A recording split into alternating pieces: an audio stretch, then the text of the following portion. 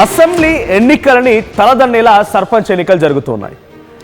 12,728 గ్రామ పంచాయతీలకి ఈసారి ఎన్నికలు జరుగుతూ ఉండగా ఇది మూడో విడత. ఇప్పటికే పోలింగ్ ప్రక్రియ ప్రారంభమైంది. సో మీ అందరి కోసం ఒక బిగ్గెస్ట్ బ్రేకింగ్ న్యూస్ తీసుకొచ్చాను. ఏంటంటే మొత్తంగా రాష్ట్ర వ్యాప్తంగా కేవలం సర్పంచ్ ఎన్నికల కోసం 6,000 కోట్ల రూపాయలు ఖర్చు అయిందంట. 6,000 కోట్లు. ఇక్కడ ఇదే అంశం పైన ఇంకో విషయం గుర్తు చేయాలి మీకు. కేంద్ర ప్రభుత్వ నిధులతోనే గ్రామ పంచాయతీలు నడుస్తూ ఉంటాయి, అందరికి తెలిసిన విషయమే. దాంట్లో కేంద్ర ప్రభుత్వం ఇప్పుడు నిధులు వెనక్కి వెళ్ళిపోతాయి, అందుకే వెంటనే మేము ఎన్నికలు పెడుతున్నామని చెప్పి కాంగ్రెస్ పార్టీ ప్రభుత్వం ఎన్నికలు పెట్టింది కదా. 8,000 కోట్లు తెలుసా? 3,500 కోట్ల రూపాయలు కేంద్ర ప్రభుత్వ నిధులు రెడీగా ఉన్నాయి గ్రామ పంచాయతీ ఇవ్వడానికి. కానీ ఎంత ఖర్చు అయింది? 6,000 కోట్లు. అంటే రెట్టింపుగా కేంద్ర ప్రభుత్వం ఇచ్చేటువంటి నిధుల కంటే డబుల్గా సర్పంచ్ అభ్యర్థులకు ఖర్చు పెట్టారు. ఒక్కో గ్రామ పంచాయతీలో యావరేజ్గా ఆన్ అండ్ యావరేజ్ ఈ గ్రామ పంచాయతీ మొత్తంలో ఒక్కో గ్రామ పంచాయతీలో 60 లక్షల రూపాయలు ఖర్చు అయిందంట. 60 లక్షల రూపాయలు. ఏకంగా హైదరాబాద్ శివార్లోని శంకర్పల్లి మండలానికి సంబంధించిన గ్రామ పంచాయతీలో అత్యధికంగా 17 కోట్ల రూపాయలు ఒక్క అభ్యర్థే 17 కోట్ల రూపాయలు ఖర్చు పెట్టాడంట. ఒక్క ఓటుకి 1,50,000 రూపాయలు వచ్చాయి. ఒక్క ఓటుకి 1,50,000 రూపాయలు. అంటే అక్కడ ఓటర్లు నిజంగా వాళ్ళు ముట్టింది బంగారమైంది. ఒక ఇంట్లో కనుక 4 సభ్యులు ఉన్నారంటే ఒక్క ఓటుకి 1,50,000 రూపాయలు చొప్పున సుమారుగా 6 లక్షల రూపాయలు వాళ్ళు కొనుక్కుంటే 6 తులాల బంగారం కొనుక్కోవచ్చు, లేదా ఒక చిన్న కారు కొనుక్కోవచ్చు ఆ కుటుంబానికి ఒక ఎన్నికతోనే. ఇంకా ఎంపీటీ జెడ్పీటీ ఎన్నికలు అప్పుడు ఎలా ఉంటుందో తెలియదు, కానీ ఒక్క ఓటుకి 1,50,000 రూపాయలు వచ్చాయంట. సో ఇంట్రెస్టింగ్గా ఏం జరిగిందనంటే హైదరాబాద్ శివార్లోని శంకర్పల్లిలో ఓ గ్రామ పంచాయతీకి సంబంధించినటువంటి అభ్యర్థులు ముందుగా ఒక అభ్యర్థి ఏం చేశాడంటే సాయంత్రానికల్లా 40,000 ఇచ్చాడంట ఒక అభ్యర్థి, మాకు ఓటు వేయండి అని చెప్పి. ఆ తర్వాత ఆ అభ్యర్థి 40,000 ఇచ్చాడుగా, మరి నాకు ఓటు రావాలని చెప్పి ఇంకో అభ్యర్థి 50,000 ఇచ్చాడంట.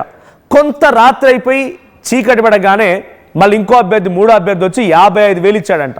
అంటే 55,000, 40,000, 50,000 ఇవన్నీ ఒక్క ఓటర్కి 1,50,000 రూపాయలు వచ్చాయి. ఇలా ఒక్కొక్కరికి 1,50,000 రూపాయలతోనే ఆ నియోజకవర్గంలో ఆ గ్రామ పంచాయతీ పరిధిలో సుమారుగా కొన్ని కోట్ల రూపాయలు ఖర్చు అయినాయి. ఇక పటాన్చెరులోని ఇంకో చోట 17 కోట్ల రూపాయలు ఖర్చు చేశాడు సర్పంచ్ అభ్యర్థి. 1000 ఓట్లు లేవు ఆ గ్రామాల్లో. ఇందాక నేను చెప్పినటువంటి 1,50,000 రూపాయలు ఒక్కో ఓటర్కి ఇచ్చినటువంటి గ్రామ పంచాయతీలో కూడా మొత్తం కలిపితే 1000 ఓట్లు లేవు.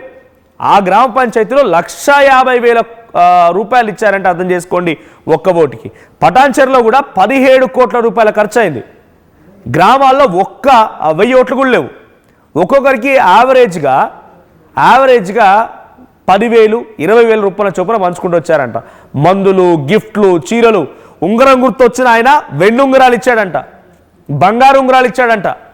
ఇలా హైదరాబాద్ శివారు ప్రాంతాల్లో అటు పటాన్చెరు, శంకర్పల్లి, సంగారెడ్డి, ఇటువైపు రంగారెడ్డి జిల్లాలోని పలు ప్రాంతాల్లో కూడా హైదరాబాద్ శివార్లు, మున్సిపాలిటీలు, కార్పొరేషన్కి సమీపంగా ఉన్నటువంటి దాంట్లో ఎక్కువగా ఆదాయం వస్తుంది. అటు ఇండస్ట్రీస్ ఉన్నాయి, వెంచర్లు వేస్తారు, రియల్ ఎస్టేట్ నుంచి వ్యాపారం జరుగుతుంది. ఏదో రకంగా వీళ్ళంతా కూడా డబ్బుల్ని కూడబెట్టుకొని వచ్చి ఇక్కడ ఇన్వెస్ట్ చేసి సర్పంచులుగా పోటీ చేసి అడ్డగోలు డబ్బులు కుమరిచ్చారు. అడ్డగోలుగా ఒక వ్యక్తి 70 లక్షలు హైదరాబాద్ శివార్లోని గ్రామ పంచాయతీలో 70 లక్షల రూపాయలు విలువ చేసేటువంటి భూమిని 30 లక్షలకు అమ్ముకొని 30 లక్షల మొత్తం కూడా గ్రామ పంచాయతీ మీద ఖర్చు పెట్టాడంట. 70 లక్షల రూపాయలు విలువ చేసే భూమిని సగం ధరకి అమ్ముకొని అది మొత్తం డబ్బులు తీసుకొచ్చి ఇక్కడే పెట్టేసిండు. ఇంకో దగ్గర 4 ఎకరాల భూమి అమ్ముకున్నాడంట సదరు సర్పంచ్ అభ్యర్థి. ఆఖరికి వస్తే ఓటమి పాలండి. ఇప్పుడు ఏమైపోయింది? అప్పుల పాలైపోయాడు. ఇంకో చోట భూమిని తనఖా పెట్టి, ఎందుకంటే గ్రామ పంచాయతీలకు సంబంధించిన పేర్లు ఎక్కడ ఏంటి అనేది వివరంగా చెప్తే ఇంకొంత ఇబ్బందే ఉంటుంది. మరి దాన్ని మనం ప్రూవ్ చేయలేము కూడా. ఎవరు కూడా ఓటర్లు డబ్బులు తీసుకున్న వాళ్ళు 1,50,000 రూపాయలు తీసుకున్న వాళ్ళు మేము తీసుకున్నామని చెప్పగలుగుతారా? 1,50,000 రూపాయలు డబ్బులు వచ్చినాయంటే వాళ్ళు ఎక్కడైనా మేము తీసుకున్నామని చెప్పగలుగుతారా? నిరూపించగలుగుతామా? సో ఇంకో చోట తనఖా పెట్టి పరిచొప్పున వడ్డీ తెలుసు కదా మీకు, పరిచొప్పున వడ్డీ 10% ఇంట్రెస్ట్తో డబ్బులు తీసుకొచ్చి పోటీ చేసి ఓటమి పాలైందంట. కోట్ల రూపాయలు పట్టుకొచ్చిందంట. సో కొన్ని జిల్లాలు కూడా ఉన్నాయి. సో జిల్లాల గురించి చూస్తే ఉమ్మడి ఖమ్మం జిల్లాలో ఒక్కో అభ్యర్థి గ్రామాల్లో యావరేజ్గా 30 నుంచి 60 లక్షల రూపాయలు ఖర్చు చేసిందంట. ఓటుకి యావరేజ్గా 2,000 నుంచి 5,000 వరకు ఇచ్చుకుంటూ పోయారు ఉమ్మడి ఖమ్మం జిల్లాలో. ఇక ఉమ్మడి మహబూబ్ నగర్ జిల్లాలో యావరేజ్గా ఒక్కో అభ్యర్థి 10 నుంచి 50 లక్షల వరకు ఖర్చు పెట్టిరంట. అంటే ఆన్ యావరేజ్గా 40 లక్షలు వేసుకున్నా కూడా ఓటుకి 3,000 రూపాయలకు మంచి ఉంగరం గుర్తొచ్చిన వాళ్ళు ఉంగరాలు ఇచ్చిర్రు, బ్యాట్ గుర్తొచ్చిన వాళ్ళు ఇంటింటికి పిల్ల ఆడుకోవడానికి బ్యాట్ ఇచ్చిర్రు, లేడీ పర్స్ వచ్చిన వాళ్ళు ఒక్కొక్కరు పర్స్కి లేడీ పర్స్ గుర్తు కూడా వచ్చింది సార్ సర్పంచ్ అభ్యర్థులకి. పాప మా గుర్తులు వచ్చిన వాళ్ళు ఏం చేసినట్టే ఒక్కొక్కటి హ్యాండ్ బ్యాగ్కి 1000 రూపాయలు పెట్టి ప్రతి ఇంటి ఆడబిడ్డకి ఇచ్చుకుంటూ పోయారు ఒక్కో హ్యాండ్ బ్యాగ్ పర్స్ తీసుకొని. సో వాళ్ళ గుర్తుల ప్రమోషన్ కోసం ఎన్ని టాక్టిక్స్ ప్లే చేసినా చూడండి. ఉమ్మడి నల్గొండ జిల్లాలోని దేవరకొండ డివిజన్లో ఓ గిరిజన తండాలో కాంగ్రెస్ పార్టీ రెబల్ అభ్యర్థి సుమారుగా కోట్ల రూపాయలు ఖర్చు చేసిందంట. గుడి నిర్మాణానికి డబ్బులు ఇచ్చిందంట, ఓటుకి డబ్బులు ఇచ్చిందంట. తర్వాత ప్రత్యర్థి వర్గం అడ్డుకోవడం కోసం ఎప్పుడు చూసినా గస్తీ తిరగాల్సినటువంటి పరిస్థితి కోసం కూడా, అంటే అవతల వాళ్ళు డబ్బులు ఇవ్వకుండా ఆపండి అని చెప్పి ఆపేటువంటి సెక్యూరిటీని గస్తీని పెట్టే వాళ్ళకు డబ్బులు ఇచ్చే గస్తీ పెట్టించిందంట. సో నిజామాబాద్ జిల్లాలో నందిపేట పంచాయతీలో అభ్యర్థులు 1 కోటికి పైగానే ఖర్చు పెట్టినంట. సో మద్యం, కానుకలు, జల్సాలు, నాటుకోళ్ళు బయట కోళ్ళు తింటే రోగాలు వస్తాయి పాపం ఓటర్లకి, మళ్ళీ ఓటర్ రాకు వస్తారు రారని చెప్పి నాటుకోళ్ళు తీసుకొచ్చారంట. మేకలు ఎప్పటికప్పుడు క్వింటాలకి క్వింటాలే మటన్లు, బిర్యానీలు వేసి అవన్నీ పంచిరంట. సో జనగామ జిల్లాలో 70 లక్షల రూపాయలు ధర పలికేటువంటి ఒక గ్రామ పంచాయతీ పరిధిలోని భూమిని 30 లక్షలకు అమ్ముకొని ఆఖరికి వస్తే ఓటమి పాలైనట్టు ఆయన. సో ఇలా 1 కాదు 2 కాదు చాలా వింతలు విడ్డూరాలు గ్రామ పంచాయతీ ఎన్నికల్లో చోటు చేసుకున్నాయి. రైట్, ఇంకొక చోట కోదాడలో ఒక ఎస్ఐగా ఇంకా టర్మ్ ఉందా అనేది ఇంకా సుమారుగా 7 ఏదో ఉందంట. ఆయన రాజీనామా చేసి సర్పంచ్ ఎన్నికల బరిలో దిగిండు. ఇట్లా 1 కాదు 2 కాదు సర్పంచ్ ఎన్నికల్లో వింతలు విడ్డూరాలు ఇంకా చాలా అనేకంగా ఉన్నాయి. సో మరి ఈ స్థాయిలో ఖర్చు చేశారంటే వాళ్ళు ఏ స్థాయిలో సంపాదిస్తారు అర్థం చేసుకోండి. కోట్లు మీపైన కుమ్మరించారు, కోట్ల రూపాయలు మీకు ఇచ్చారు. వెండింగ్ కూడా మీకు ఇస్తే ఆయన రేపటి రోజున ఎంత సంపాదించుకుంటారో అర్థం చేసుకోండి. చుట్టూ రియల్ ఎస్టేట్ వెంచర్లు ఉంటాయి హైదరాబాద్ శివారు ప్రాంతాల్లో, ఎక్కడ చూసినా కూడా ఇండస్ట్రీస్ ఉన్నాయి. అక్కడ నుంచి వాళ్ళు ట్యాక్సీలు కట్టాల్సిందే, రియల్ ఎస్టేట్ వెంచర్ వేసిన వాళ్ళు గ్రామ పంచాయతీ పర్మిషన్ తీసుకోవాల్సిందే. కోట్ల రూపాయలు మీకు ఇచ్చారంటే వాళ్ళు ఎన్ని కోట్లు కొల్లగొడుతూ అర్థం చేసుకోండి. మా ప్రతినిధి మధు ఉన్నారు ఫోన్ లైన్లో. మధు, అసెంబ్లీ ఎన్నికల్లో కూడా ఇన్ని కోట్లు ఖర్చు పెట్టినట్టుగా దాఖలాలు లేవు. ఓ గ్రామ పంచాయతీలో 1000 ఓట్లు లేనటువంటి గ్రామ పంచాయతీలో 17 కోట్ల పోటాపోటీగా డబ్బులు పంచారు. ఒక ఓటర్కి 1,50,000 రూపాయలు వచ్చాయి హైదరాబాద్లోని శంకర్పల్లికి సంబంధించిన దాంట్లో. పటాన్చెర్లో 17 కోట్లు ఖర్చు పెట్టారు. 70 లక్షలు విలువ చేసిన భూమిని 30 లక్షలకు అమ్ముకున్నారు, ఓటమి పాలయ్యారు. 10 చొప్పున వడ్డీకి తీసుకొచ్చారు, తనఖాలు పెట్టారు. ఏంటి ఈ స్థాయిలో సర్పంచ్ ఎన్నికలలో డబ్బులు పంపిణీ ఈ స్థాయిలో జరిగిందనంటే రేపటి రోజున ఈ ఎన్నికలు ప్రజాస్వామ్యం కూడా వ్యాపారంగా మారిపోతే డబ్బులు ఉన్న వాళ్ళే పోటీ చేయాలి, లేకపోతే పోటీ చేయొద్దనే పరిస్థితి వచ్చే అవకాశం ఉందా ఈ స్థాయి ఎన్నికలు జరుగుతున్నాయంటే? అంటే గత ఎన్నికల్లో సర్పంచ్ ఎన్నికల్లో జరిగినటువంటి ఖర్చుకి ఈ ఖర్చుకి 10 నుంచి 20 రెట్ల శాతం పెరిగింది ఖర్చు అనేటువంటి. అంటే గత సర్పంచ్ ఎన్నికల్లో కూడా రికార్డు స్థాయిలో 1 కోటి ఖర్చు పెట్టారు ఒక గ్రామంలో అనేటువంటి చర్చ జరిగింది. సో అప్పుడే 1 కోటి ఖర్చు పెట్టి ఇప్పుడు 10, 5 తర్వాత 15 ఉన్న వాళ్ళు కొంతమంది 7, 17 కోట్లు ఈ రేంజ్ లో వినపడుతున్నటువంటి సిచ్యువేషన్ కనపడంతో కాస్త ఉలిక్కిపాటుకు గురవుతున్నటువంటి పరిస్థితి రాజకీయంగా ఎవరైనా ఫ్యూచర్ లో రావాలనుకున్నటువంటి వారికి. సో నిజంగానే ప్రతిష్టాత్మకంగా ప్రెస్టేజియస్ ఇష్యూగా తీసుకుంటున్నారు. గ్రామంలో వచ్చే ఆదాయం ఎంత, సంపాదించుకునే అవకాశం ఎంత, అసలు ఎందుకు ఇంత ఖర్చు పెడుతున్నారంటే ప్రెస్టేజియస్ ఇష్యూ. ఊర్లో పేరు నిలబడాలి, మేము నిలబడుతున్నామంటే ఖచ్చితంగా గెలవాల్సిందే, గెలుపు కోసం ఎంతైనా పెట్టాల్సిందే అనేటువంటి రీతిలో ముందుకు పోతా ఉన్నారు. ఏ మాత్రం సాధారణ అసెంబ్లీ ఎన్నికలకు, జనరల్ ఎలక్షన్ లో జరిగేటువంటి ఎన్నికలకు తీసిపోకుండా దాన్ని మించి పెద్ద ఎత్తున ఎన్నికలు కొనసాగుతున్నాయి. ఎంత అత్యంత సామాన్య గ్రామాల ప్రజలు కూడా, అంటే ఎస్సీ, ఎస్టీ, బీసీ ఇట్లా రిజర్వ్డ్ కాకుండా జనరల్ అని కాకుండా ఏ సర్పంచ్ ఎన్నికైనా కూడా ఖర్చు తడిచి మోపడవుతా ఉంది. ఉన్న ఆస్తులు అమ్ముకోవడం, ఆస్తులు లేకపోతే అప్పులు తెచ్చుకోవడం, లేకుంటే ఉన్న బంగారం కుదవబెట్టుకోవడము, అది ఆల్రెడీ మంచిగా ఒక 70 లక్షల విలువ వేసే భూములను కూడా 30 లక్షలకే అమ్ముకోవడం ఎన్నికల సందర్భంగా ఇది జరుగుతూ ఉంది. అయినప్పటికీ కూడా అభ్యర్థులు వెనక్కి పోవట్లేదు, మంచి ఖర్చు పెట్టుకుంటున్నారు. గెలవాలనేటువంటి ఒక పోటీ తీవ్రంగా అభ్యర్థి ఇచ్చిన దానికంటే మనం ఇంకా ఖర్చు పెడదాం, ఇంకెక్కువ దిద్దుదాం, ఇంకెక్కువ హామీలు ఇద్దాం, ఈ పరిస్థితి కనిపిస్తుంది. అందులో భాగంగానే మధు ఒక్కసారి మనం పబ్లిక్ కూడా అపీల్ చేద్దాం. మీ గ్రామ పంచాయతీలో మీకు ఓటుకి ఎంత ఇచ్చారు నిర్మోహమాటంగా చెప్పండి. ఎందుకంటే బహిరంగంగానే ఇంత పెద్ద ఖర్చు జరుగుతుందని చూస్తున్నప్పుడు మీకు 2,000 వచ్చాయంటే మీ పేరు మీద ఏడాదికి ఒక 20 లక్షలు సంపాదించిన ఆశ్చర్యపోకండి. ఎందుకంటే ఒకవేళ మీ చుట్టూ కనుక వెంచర్లు ఉంటే, మీ చుట్టూ రియల్ ఎస్టేట్ వ్యాపారాలు కనుక ఉంటే, ఇండస్ట్రీస్ కనుక ఉంటే, ఆ సదరు సర్పంచ్ అభ్యర్థి మీ పైన పెట్టిన 2000 ఇన్వెస్ట్మెంట్తో 20 లక్షలు సంపాదిస్తాడు. అంతకు మించి సంపాదించిన ఆశ్చర్యపోకండి.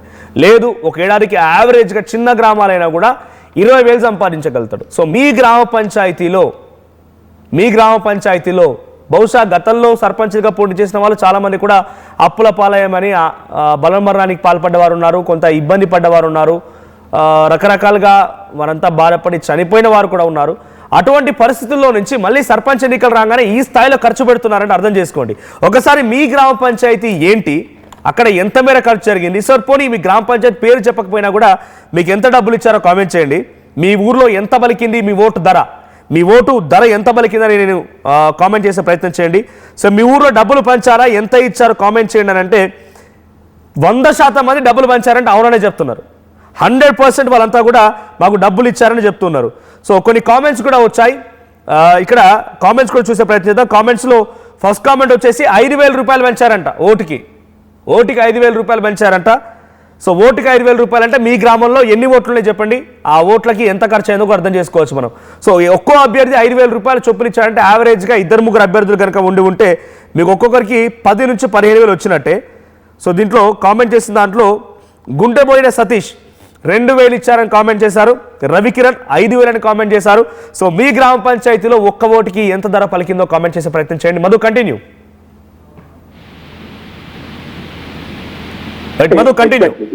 అంటే ఎగ్జాక్ట్ నిజంగా ఆ పరిస్థితి ఉంది. ప్రస్తుతం ప్రెస్టేజ్ ఇష్యూస్ కిందకి వెళ్తున్నటువంటి పరిస్థితి కనిపిస్తా ఉంది. అవతల అభ్యర్థి కంటే మనం ఇంకా ఎక్కువగా పెడదాం, గెలవాల్సిందే, పరువు నిలబెట్టుకోవాల్సిందే అనేటువంటిది. ఇందాక మొత్తం ఓవరాల్ గా చూస్తే అమెరికాలో ఉన్నటువంటి వాళ్ళు కూడా వచ్చి ఒక్క ఓటు వేయడానికి ఆసక్తి చూపిస్తున్నారు. వీళ్ళంతా మరి జనరల్ ఎలక్షన్ లో రాలేదు, అసెంబ్లీ ఎలక్షన్ లో ఓటు వేయలేదు, ఎంపీ ఎన్నికల్లో ఓటు వేయలేదు, అమెరికా నుంచి వచ్చో న్యూజిలాండ్ నుంచి వచ్చో. కానీ సర్పంచ్ ఎన్నికలకు మాత్రం అంత దూరం నుంచి వచ్చారు. ఖచ్చితంగా రావాల్సిందే, వాళ్ళ ఓటు హక్కు వినియోగించుకోవాల్సిందే, డౌట్ లేదు. కానీ సర్పంచ్ ఎన్నికలకు మాత్రమే వచ్చారు, మిగతా వాటికి రాలేదు. అంటే వాళ్ళు ఎంత ప్రాధాన్యత అసెంబ్లీ ఎలక్షన్లు ఎంపీ ఎలక్షన్ల కంటే ఎక్కువగా సర్పంచ్ ఎన్నికల పైన ఫోకస్ చేస్తున్నారు అనేటువంటి చాలా స్పష్టంగా కనిపిస్తా ఉంది. కుటుంబ సభ్యులు ఇంట్లో నుంచి నిలబడితే వేలు లక్షలు కోట్లు ఖర్చు పెట్టడానికి సిద్ధమవుతున్నటువంటి పరిస్థితి. అందులో భాగంగానే ఒక్క అభ్యర్థి 17,000 కోట్లు కుమరిస్తా ఉన్నారు ఈ సర్పంచ్ ఎన్నికల్లో. ఒకే వ్యక్తి 17 కోట్లు ఖర్చు పెట్టారు పంచాయతీ ఎన్నికల్లో. అంటే జనరల్ ఎలక్షన్ మించి సర్పంచ్ ఎన్నికల్లో దాదాపు 15 నుంచి 20 రెట్లు గతంలో జరిగిన ఎన్నికలకు మించి ఖర్చు చేశారు. అంటే మధు గతంలోనే చాలా మంది సర్పంచులు కూడా పోటీ చేసి గెలుపొందిన వారు అభివృద్ధి కార్యక్రమంలో భాగంగా మాకు డబ్బులు ఇవ్వండి, మేము నిధులు ఇవ్వండి, మేము ఖర్చు చేయలేకపోతున్నాం, మా సొంత ఖర్చులే అవుతున్నాయని చెప్పి అప్పుల పాలైపోయి బలమరణానికి పాల్పడ్డ వాళ్ళు, చనిపోయిన వాళ్ళు చాలా మంది ఉన్నారు. ఇంకా కూడా అప్పులు తీరక ఇంకా వడ్డీలు కడుతున్న వారు, ఉన్న ఆస్తులు మొత్తాన్ని అమ్మేసి అప్పులు కడుతున్న వారు కూడా ఉన్నారు.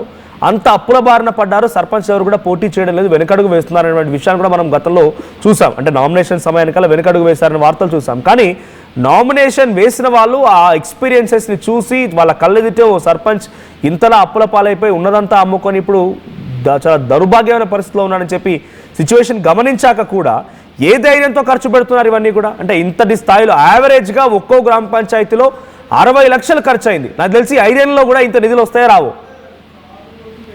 నిజంగానే కేంద్రం నుంచి వచ్చేటువంటి నిధులతోటి గ్రామాల అభివృద్ధి జరుగుతుంది. గ్రామ రోడ్లు కానీ, పారిశుద్ధ్యం కానీ, ఇంకా మిగతా శ్మశాన వాటికలు కానీ ఏమైనా కూడా కేంద్రం ఇచ్చేటువంటి నిధులతోటి అభివృద్ధి జరుగుతుంది, అంటే డౌట్ లేదు. రాష్ట్రం దగ్గర ప్రజెంట్ బడ్జెట్ లేదు, దివాలా తీసినటువంటి పరిస్థితి రాష్ట్ర ప్రభుత్వమే అనేటువంటిది ముఖ్యమంత్రి చెప్తా ఉన్నారు. ఇట్లాంటి సందర్భంలో ఎందుకు ఇంత డబ్బు పెడతా ఉన్నారు వీళ్ళు అనే దానికి ప్రెస్టేజ్ ఇష్యూ, పరువు కాపాడుకోవడం, నిలబడ్డాం, గెలవాలనేటువంటి ఒక తాపత్రయం, అందులో భాగంగానే ఎక్కువగా ఖర్చు పెడతా ఉన్నారు. మొత్తం గ్రామాల్లో అభ్యర్థులను ఈ ఎన్నికల నోటిఫికేషన్ వచ్చినప్పటి నుంచే వాళ్ళ అభ్యర్థులంతా కూడా తమ వైపు ఓటర్లను తిప్పుకోవడానికి ఈ రకమైనటువంటి ప్రయత్నాలు చేస్తా ఉన్నారు. మొత్తం గ్రామాలలో ఈ ఎన్నికల హడావుడి, గత సర్పంచులంతా కూడా దూరంగా ఉన్నారు, ఓటుకు దూరంగా ఉండే పరిస్థితి ఉంది, వాళ్ళు ఎన్నికలకు దూరంగా ఉండే పరిస్థితి. వాళ్ళు అప్పుల పాలయ్యారు, ఆస్తులు అమ్ముకున్నారు, వాళ్ళ బకాయిలు ప్రభుత్వం చెల్లించాలని డిమాండ్ చేశారు, ధర్నాలు చేశారు. కొద్దిమంది సెక్యూరిటీ గార్డ్ ఉద్యోగాలు చేసుకుంటున్నారు, కొద్దిమంది కూలీ పనులకు వెళ్తా ఉన్నారు, గతంలో సర్పంచ్ గా పనిచేసిన వాళ్ళే. కానీ ఈసారి పోటీ చేస్తున్న సర్పంచ్ అభ్యర్థులు మాత్రం కోట్లు ఖర్చు పెడుతున్నారు, ఆస్తులు అమ్ముకుంటూ ఓటర్లకు డబ్బులు పంచుతా ఉన్నటువంటి సిచ్యువేషన్. ఓటర్లు ఎంజాయ్ చేస్తా ఉన్నారు. రేపు ఫ్యూచర్ లో సర్పంచ్ల పరిస్థితి ఎట్లా ఉంటుంది అనేటువంటి చర్చ అయితే జరుగుతుంది. Right. Right, thank you Madhu.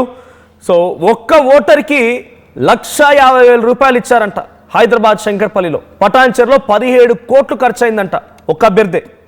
ఏ స్థాయిలో ఖర్చు పెడుతున్నాడు? ఉంగరం గుర్తు వచ్చిన ఆయన బంగారు ఉంగరాలు ఇస్తున్నాడు, వెండి ఉంగరాలు ఇస్తున్నాడు. రంగారెడ్డి జిల్లాలోని చందానగర్ దగ్గర ఓ గ్రామ పంచాయతీ పరిధిలో అక్కడ ఓట్లని ఇన్ఫ్లుయెన్స్ చేసేటువంటి స్థాయిలో ఉన్నటువంటి కొంతమంది పెద్ద మనుషులు ఉంటారు ఊర్లల్లో. ట్రాక్టర్లు ఉన్న వాళ్ళు, లేకపోతే ఎక్కువగా భూమి ఉన్న వాళ్ళు, రోజు వాళ్ళ దగ్గర కూలి వెళ్ళే వాళ్ళు, లేకుంటే ట్రాక్టర్ అవసరం పడ్డ వాళ్ళు, కొంత పంచాయతీ పరిధిలో పెద్ద మనుషులు ఉంటారు కదా, ఆ పెద్ద మనుషులు ఇన్ఫ్లుయెన్స్ చేస్తారు కదా అని చెప్పి వాళ్ళ ఇంట్లో లక్షల కోట్ల రూపాయలు గుమ్మరిచ్చారంట. లక్షల కోట్ల ఇన్ ద సెన్స్ ₹1 కోటి ఇచ్చారంట ఆ అభ్యర్థికి, పెద్ద మనిషికి. మీ వాడకట్టు మొత్తం లేకపోతే మీ వాడ మొత్తాన్ని నాకే ఓటు వేయమని చెప్పడానికి ₹1,00,000 ఇచ్చారంట ఒక ఓటుకి ఆ పెద్ద మనిషికి. మీ బాడలో ఉన్నటువంటి 10 మంది నీ మాట వింటారు, నువ్వు చెప్తే వాళ్ళు ఓటేస్తారు, నాకు ఆ ఓట్లు నాకు వేయించమని చెప్పి ఆ పెద్ద మనిషికి ₹1,00,000 ఇచ్చారంట. సో ₹1,00,000 కోట్ల రూపాయలు ఎక్కడి నుంచి వస్తున్నాడు ఆయన? ఈ పైసలన్నీ తనఖాలు పెడుతున్నారు, భూములు అమ్ముకుంటున్నారు, భార్య వెళ్ళలో పుస్తలు అమ్ముకొని కూడా గత సర్పంచ్ అభ్యర్థులు ఎవరైనా ఉంటే, మాజీ సర్పంచ్లు ఉంటే వాళ్ళు అడగండి, వాళ్ళ సమస్యలు చెప్తారు. భార్య మెడలో ఉన్నటువంటి పుస్తలు కూడా తనఖా పెట్టి గ్రామాన్ని అభివృద్ధి చేయాలని చెప్పి శ్మశాన వాటికలు, స్కూళ్ళకు సంబంధించి ఇన్ఫ్రాస్ట్రక్చర్ని అదొకటితో డెవలప్ చేశారు. ఇప్పటి వరకు బిల్లులు రాక వాళ్ళంతా కూడా అరిగోసలు పడుతున్నారు. అప్పుల పాలైపోయి ఉన్నదంతా అమ్మేసుకొని ఇప్పుడు మా ప్రతినిధి మధు చెప్తున్నట్టుగా హైదరాబాద్ నగరానికి వచ్చి సెక్యూరిటీ గార్డులుగా, డ్రైవర్లుగా, వివిధ చిన్న చిన్న పనులు చేస్తూ బతుకుతూ ఉన్నారు. అటువంటి సిచ్యువేషన్ నుంచి ఉన్న పరంగా సర్పంచ్ అభ్యర్థులు ఎంత స్థాయిలో ఖర్చు పెట్టారంటే వాళ్ళు ఏ స్థాయిలో ఊహించుకొని ఉంటారు, ఏ స్థాయిలో నిధులని వాళ్ళు మళ్ళీ తీసుకొచ్చుకోవడానికి సిద్ధంగా ఉన్నారు, లేదంటే అక్రమమో అవినీతితో మళ్ళీ డబ్బులు సంపాదించడానికి ఏ స్థాయిలో సిద్ధంగా ఉన్నారో అర్థమవుతోంది. సో కొన్ని కామెంట్స్ వచ్చాయి. సో బీరెడ్డి వల్లపురెడ్డి ₹1,000 ఇచ్చారంట వాళ్ళ గ్రామంలో. తర్వాత సతీష్ 2,000 అంటున్నారు. తర్వాత రామకృష్ణారెడ్డి ₹37,000. వా, రామకృష్ణారెడ్డి గారు మీ గ్రామ పంచాయతీ అంటే కామెంట్ చేయండి. ₹37,000 ఇచ్చారంటే. సో శాంతయ్య 500 అంట. నాకు తెలిసి మీద లీస్ట్ అనుకుంటా, మీ గ్రామ పంచాయతీ పరిధిలోనే చాలా తక్కువగా ఇచ్చారు, ₹500 అంట. సో రామకృష్ణారెడ్డి గారు మీరు కామెంట్ చేయండి, ₹37,000 ఏ గ్రామ పంచాయతీ, పోనీ జిల్లా పేరు చెప్పండి, ఆ జిల్లా ఎక్కడ, ఏ మండలి కిందకు వస్తుంది, ₹37,000 ఒక్క ఓటుకి ఇచ్చారంటే. సో ప్రజెంట్ అయితే డబ్బులు ఈ స్థాయిలో గుమ్మరిస్తున్నారు. సో నేను మళ్ళీ మీకు గుర్తు చేస్తున్నా, కేంద్ర ప్రభుత్వ నిధులతోనే గ్రామ పంచాయతీలు నడుస్తూ ఉంటాయనేది అందరికీ తెలిసిన విషయమే. అయితే రాష్ట్ర ప్రభుత్వం కూడా కొన్ని పథకాలు ఇస్తుంది, ఇంప్లిమెంటేషన్కి ఎమ్మెల్యే నిధులు అవి వస్తూ ఉంటాయి. కానీ ఎక్కువగా గ్రామ పంచాయతీలు నడిచేదంటే కేంద్ర ప్రభుత్వ నిధులతోనే. సో కేంద్ర ప్రభుత్వ నిధులు మనకున్నటువంటి 12,728 గ్రామ పంచాయతీలకు, మిగిలినటువంటి కొత్త వాటికి అన్నిటికీ కలిపి ₹3,500 కోట్ల రెడీగా ఉన్నాయి మీ గ్రామ పంచాయతీలకు రావడానికి. కానీ మీరెంత ఖర్చు చేసిర్రు? 6,000 కోట్లు ఖర్చు చేసిర్రు. 6,000 కోట్ల ఖర్చు చేశారు. ఆన్ యావరేజ్గా ప్రతి గ్రామ పంచాయతీలో ₹60 లక్షల ఖర్చు అయిందంట. ఈ 5 ఏళ్ల పాటుగా మొత్తం మీరు తలకిందులైపోయి నమస్కారాలు చేసినా, ఇంకేం చేసినా, ఎన్ని తిప్పలు పడ్డా ₹60 లక్షల వస్తారని గ్యారంటీ లేదు. ఆ ఎమ్మెల్యే కనికరిస్తే, ఆ ఎమ్మెల్యేకి నిధులు రావాలంటే రాష్ట్ర ప్రభుత్వం దగ్గర నిధులు ఉండాలి. ఒకవేళ రాష్ట్ర ప్రభుత్వం ఎంతో కొంత ఆ ఎమ్మెల్యేకి నిధులు ఇచ్చినా కూడా ఆ ఎమ్మెల్యే కనికరిస్తే ఓ రోడ్డు అవుతుంది మహా అయితే 5 ఏళ్లలో, లేదా ఒక చిన్న బోర్ అవుతుంది మీ ఇంటి దగ్గర తాగునీటి సమస్య కోసం. లేదు ఇంకా ఏదైనా గట్టిగా మీ ఊరు కనుక డెవలప్ అయింది, మున్సిపాలిటీ పక్కనే ఉంది, ఒక శివారు ప్రాంతంలో ఉంది, కార్పొరేషన్ పక్కనే ఉంది, హైదరాబాద్ నగరానికి పక్కనే ఉంది అనుకుంటే కనుక ఆ గ్రామాల్లో ఇండస్ట్రీస్ కనుక ఉంటే, రియల్ ఎస్టేట్ వెంచర్లు కనుక ఉంటే, మీకు వచ్చేటువంటి ట్యాక్సుల్లో సర్పంచ్ అభ్యర్థి మీ మీద 2,000 ఖర్చు పెట్టిండు కదా, మరి ఆయనకు రావాలి కదా, ₹1 కోట్ల ఖర్చు పెట్టిండు కదా, ₹17 కోట్ల ఖర్చు పెట్టిండనంటే ఆయన 5 ఏళ్ళలో ఎంత తన డబ్బులు సంపాదించుకోవాలి, తిరిగి మళ్ళీ ఎన్ని డబ్బులు సంపాదించుకోవాలి. సో కాబట్టి మీకు ఒరిగేది ఏం లేదు, డబ్బులు ఇచ్చి మీరు ఓట్లు అమ్మేసుకున్నారు, డబ్బులు తీసుకుని ఓట్లు అమ్మేసుకున్నారు. ఓట్ల ద్వారా ఆ సర్పంచ్ అభ్యర్థి గెలిచి వాళ్ళు ఇప్పుడు పీఠాన్ని ఎక్కి మళ్ళీ ఏం చేయాలి, వాళ్ళు మీకు నోట్లు ఇచ్చిర్రు, ఓట్లు కొల్లగొట్టిర్రు, ఆ తర్వాత మళ్ళీ కోట్లు సంపాదించాలి. నోట్లు పంచాలి, ఓట్లు సంపాదించాలి, ఆ తర్వాత మళ్ళీ కోట్లు కొల్లగొట్టాలి. రేపు మళ్ళీ మీకు నోట్లు ఇవ్వాలంటే మళ్ళీ వాళ్ళకు కోట్లు కావాలి. ఇప్పుడు ఆ కోట్ల మీదనే పని పడతారు అంతా కూడా. సో ₹1,50,000 ఒక్క ఓటుకి ఇచ్చిన సిచ్యువేషన్ ఎట్లా ఉందో అర్థం చేసుకోండి. సో రామకృష్ణారెడ్డి కామెంట్ చేశారు, 37,000 నియర్ శంకర్పల్లి అంట. శంకర్పల్లి దగ్గర ₹37,000 అంట. సో మీ ఇంట్లో ఎన్ని ఓట్లు ఉన్నాయి మరి కామెంట్ చేయండి అది కూడా. సో నాటుకోళ్ళు, మేకలు, పాపం ప్రజల ఆరోగ్యం కూడా ఆలోచించిన అభ్యర్థులు. మామూలు బాయిలరు లేకపోతే ఇతరత్ర చికెన్ అయితే కొన్ని రోగాలు వస్తున్నాయని ఏమో భయపడి పాపం నాటుకోళ్ళు పట్టుకొచ్చి పంచిరంట ఇంటింటికి. వార్డు సభ్యులు, నేను ఒక వీడియో చూశాను సోషల్ మీడియాలో కూడా, వార్డు సభ్యులుగా పోటీ చేసిన వారు తమకు ఓటు వేయమని చెప్పి ఆ పాంప్లెట్ని ఇవ్వడంతో పాటుగా కేజీ చికెను, ఒక ఆయిల్ ప్యాకెట్, కొత్తిమీర, మసాలాలు మొత్తం కలిపి వాటిని గార్నిష్ చేసుకోవడానికి అన్ని రకాల సామాగ్రి ఇచ్చి బాస్మతి బియ్యంతో కలిపి ఒక మూటని ఇచ్చిరండి. బాస్మతి బియ్యము, ఒక ఆయిల్ ప్యాకెట్, నా చూడండి నాకు కూడా కొంత నవ్వొస్తోంది మాట చెప్పాలంటే కూడా. Basmati rice KG rice, KG chicken, ఒక ఆయిల్ ప్యాకెట్, కొత్తిమీర, మసాలా మొత్తం ఇచ్చి మీరు తినండి అని చెప్పి ఒక వార్డు మెంబర్గా పోటీ చేస్తే ఆయన ఆ వార్డులో ఉన్నటువంటి ఓటర్లకు ఇంటింటికి పంచిండి ఇవన్నీ. సో ఇటువంటి సిచ్యువేషన్ ఉంది ఓటర్లను మభ్యపెట్టడానికి. సో మీ గ్రామాలు ఎటువంటి సిచ్యువేషన్ ఉందో కామెంట్ చేయండి. సో రామకృష్ణారెడ్డి గారు కామెంట్ చేశారు ఏంటంటే, not every one out of 2100 only 400 to 500 people got some of them 10K some 20K. అంటే అందరికీ లేదంట. వాళ్ళ ఊర్లో 2100 ఓట్లుంటే 400 నుంచి 500 మందికి మాత్రమే ఓటుకి 10,000 నుంచి 20,000 చొప్పున వచ్చినాయంట. ఆ రకంగా వచ్చిందంట. చాలా వివరంగా చెప్తున్నారు. Please continue. సో మీరు ఇంకా కామెంట్ చేయండి, మరి ఇంకా ఎంత హైయెస్ట్ ధర పలికింది.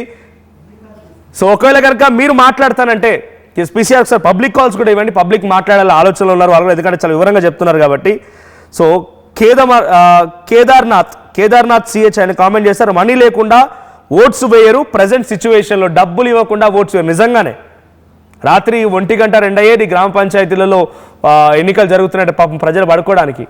ఎవరు వచ్చి ఏ తలుపు కొడతారో, తలుపు బంద్ చేసి ఉంటే మళ్ళీ ఇంటికి డబ్బులు వస్తే రావో, పడుకున్నారు అని చెప్పి ఇవ్వకుండా వెళ్ళిపోతారని చెప్పి భయపడిపోయేవారు.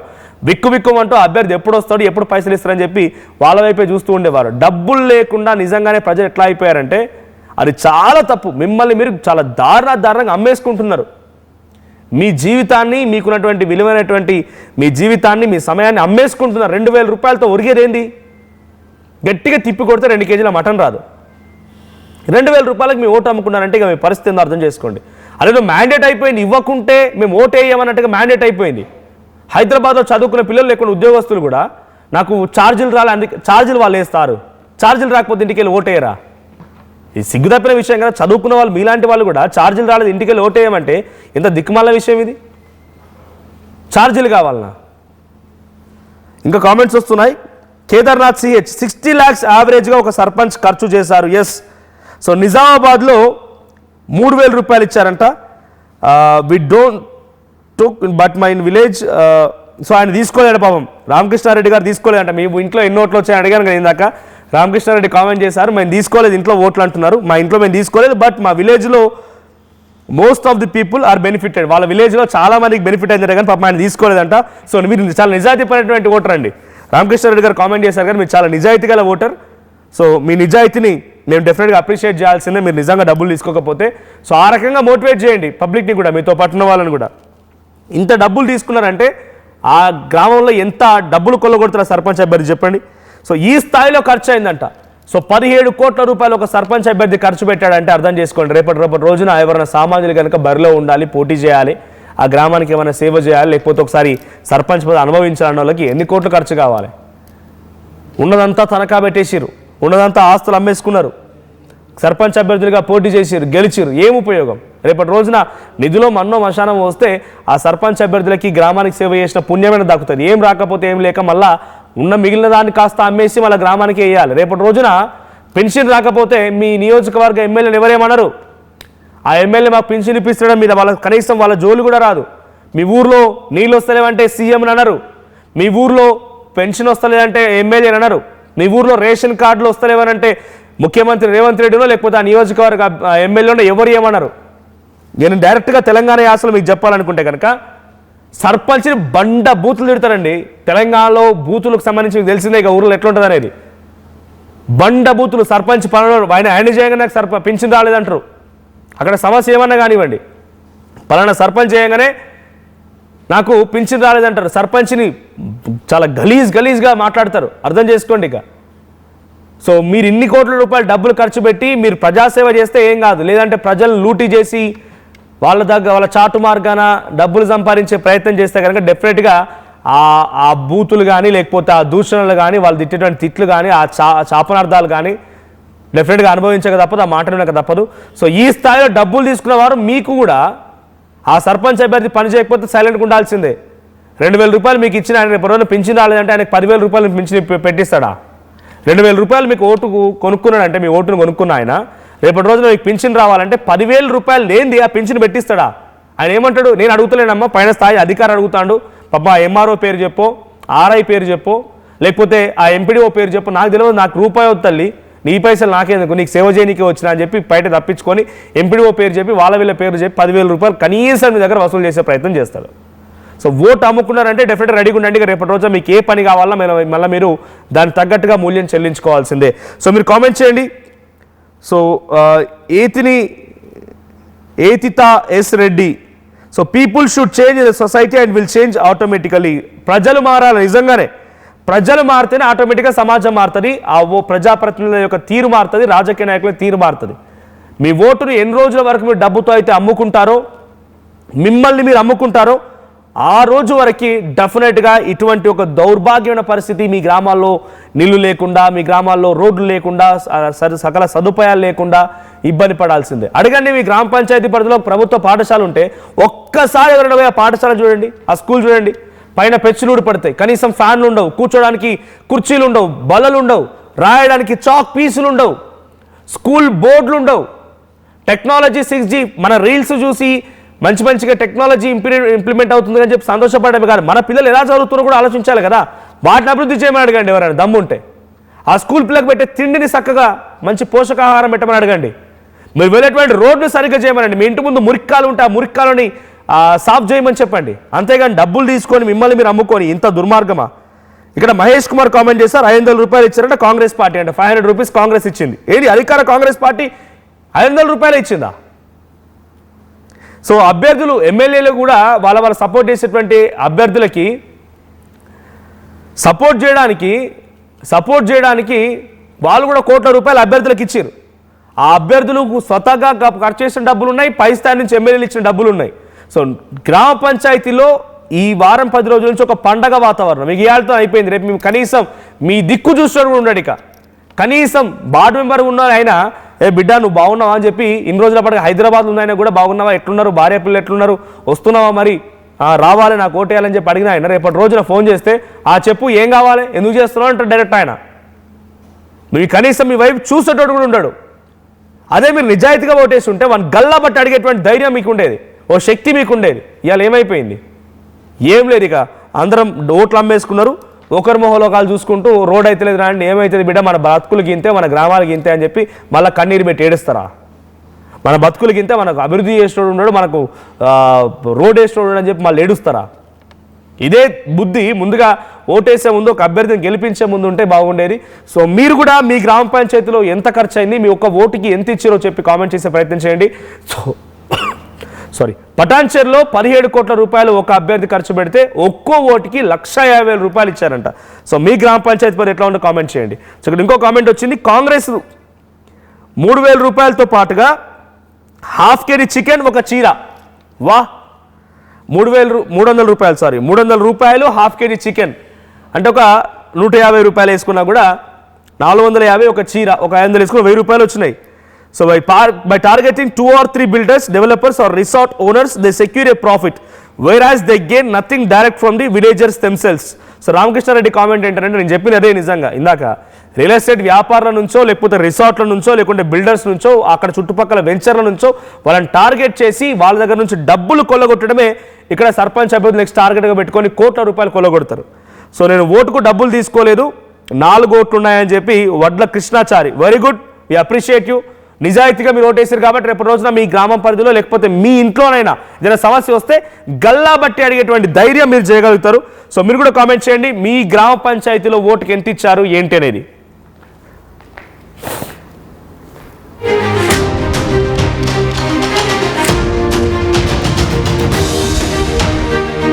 ఒకప్పుడు హైటెక్ సిటీ దగ్గర తక్కువ ధరలో ప్లాట్లు కొనుక్కుని బాగుపడ్డారు. తర్వాత ఓఆర్ఆర్ దగ్గర, ఇప్పుడు అవకాశం త్రిబుల్ ఆర్ దగ్గర వచ్చింది. ఇప్పుడు షాద్ నగర్ వైపు ఉన్న స్వర్గసీమ వెంచర్ లో ప్లాట్ల పండగ వచ్చింది. నూతన వెంచర్ అమేయ రూపంలో అప్రూవ్డ్ ప్లాట్లు, రిసార్ట్ ఫెసిలిటీ, రీజనబుల్ ప్రైస్. ఒక్కసారి ఫ్యామిలీతో విజిట్ చేసి మంచి నిర్ణయం తీసుకోండి. స్వర్గసీమ వారి నూతన వెంచర్ అమేయ. నగల సామ్రాజ్యం పెద్దది, మన వేడుకల్లో నగల పాత్ర పెద్దది. నగల్లో మన సంప్రదాయం అది పెద్దది. అదే విధంగా నగలు కొనేటప్పుడు మీ సేవింగ్స్ కూడా ఇకపై పెద్దగా ఉంటుంది. అన్ని నగల తరుగును ముందు కన్నా ఇంకా తగ్గించాం. ఈ తక్కువ తరుగును చూస్తే వెంటనే నగలు కొనేస్తారు. డైమండ్ జ్యువెలరీ ధరలు కూడా పెద్ద లెవెల్లో తగ్గించాం. ఇకపై అందరూ డైమండ్ జ్యువెలరీ కొనుక్కోవచ్చు. ఏ ఆఫర్లోనూ పక్కదారి పట్టకండి. ఇక్కడికొచ్చి కంపేర్ చేస్తేనే తెలుస్తుంది మీకు ఎంత పెద్దగా డబ్బులు ఆదా అవుతుందో అని. ఈ తరుగు కన్నా ఎక్కువ ఇస్తే మీరు కష్టపడి సంపాదించిన డబ్బు వృధా చేసినట్టే.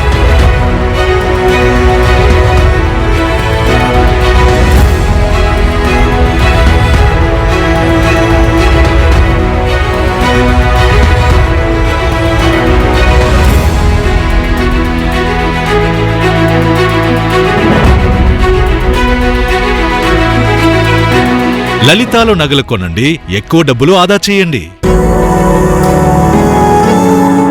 జలుబు, తలనొప్పి, మోకాళ్ల నొప్పులు మరియు నడుము నొప్పి వీటన్నిటికీ ఒక ఆయుర్వేద ఉపశమనం శాస్త్రీ బామ్.